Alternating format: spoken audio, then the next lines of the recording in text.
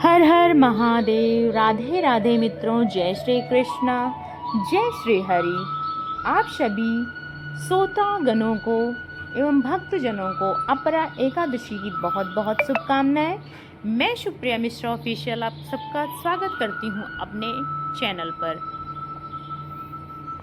आज अपरा एकादशी की यह विशेष कृपा आपके और आपके परिवार पर यूं ही बनी रहे, इसी प्रार्थना के साथ आज हम श्रवण करेंगे इस पावन और पुण्यमय अवसर पर भगवान से जुड़ी हुई यह पौराणिक कथा।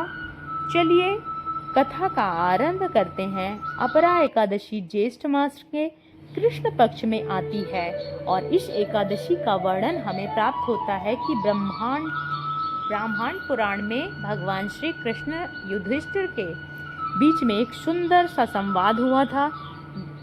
युधिष्ठिर ने भगवान श्री कृष्ण से पूछा था, हे जनार्दन, ज्येष्ठ मास में आने वाली एकादशी का नाम क्या है और इसकी विशेषता क्या है, महात्मा क्या है। तब भगवान श्री कृष्ण कहते हैं, हे राजन, मैं आपको इस विषय में विस्तार से बताता हूँ, कृपया पूर्वक सुनिए। राजन, आप सभी के कल्याण हेतु एक बुद्धिमान प्रश्न पूछा है। ज्येष्ठ मास के कृष्ण पक्ष में आने वाली एकादशी का नाम है अपरा एकादशी। यह इतने पुण्यमय लाभदायक है कि यह समस्त पापों से मुक्ति करवाती है।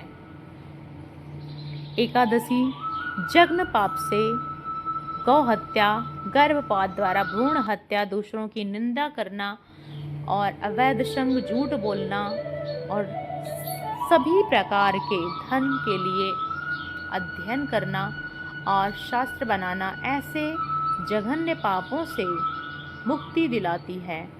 एक विश्वासघाती ठग, ज्योतिष और धोखेबाज, वैद्य से झूठी गवाही देने के वाले क्षमा पापी के हो गए हैं।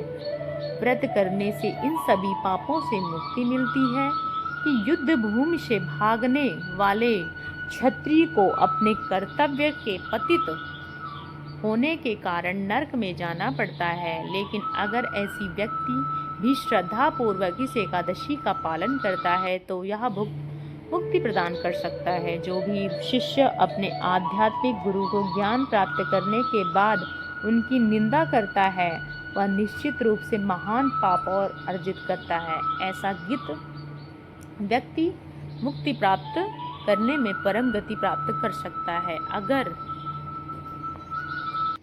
वह श्रद्धा पूर्वक अपरा एकादशी का पालन करता है। और अपरा एकादशी इतनी महान और पवित्र तीर्थों की यात्रा, पवित्र नदियों में स्नान, दान आदि द्वारा जो प्राप्त पुण्य फल प्राप्त होते हैं वह स्वयं अपरा एकादशी का पालन करने से सरलता से मिल जाते हैं।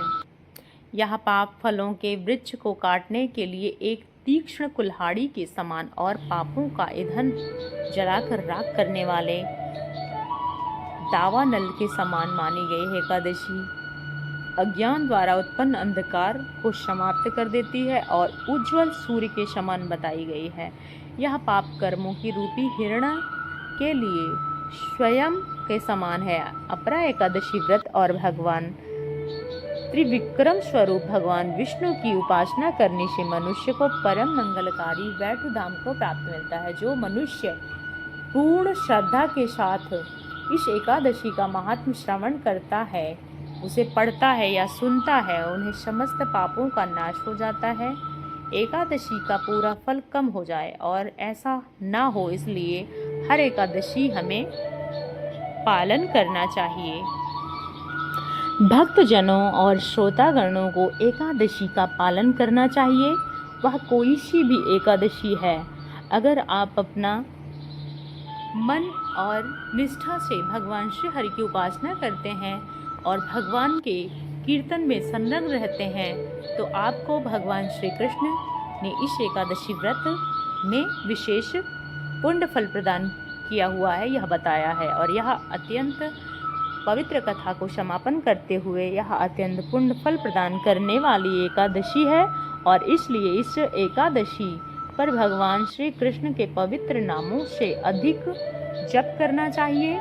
हरे कृष्ण महामंत्र की जप करना चाहिए। या महामंत्र हरे कृष्ण कृष्ण कृष्ण हरे हरे, हरे राम राम राम हरे हरे।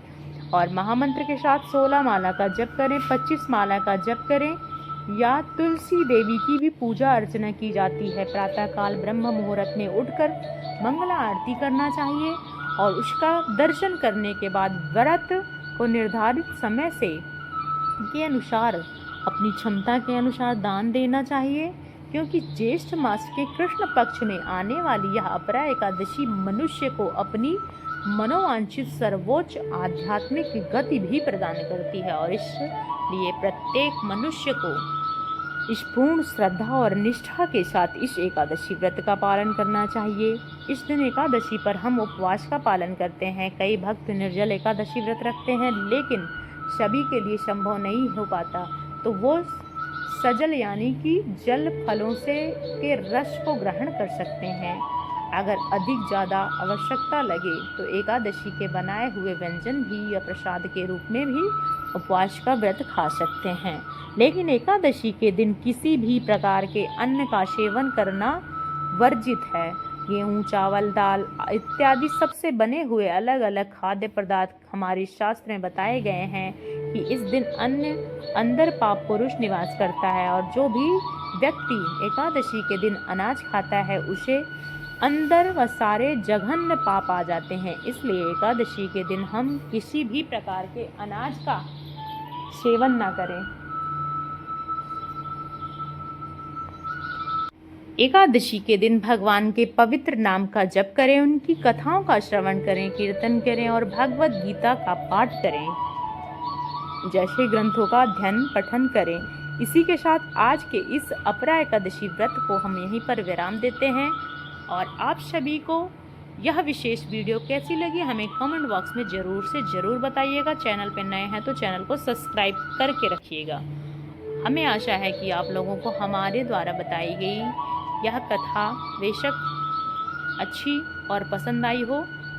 लाइक एवं शेयर ज़रूर करके जाइएगा। जय श्री कृष्ण। राधे राधे।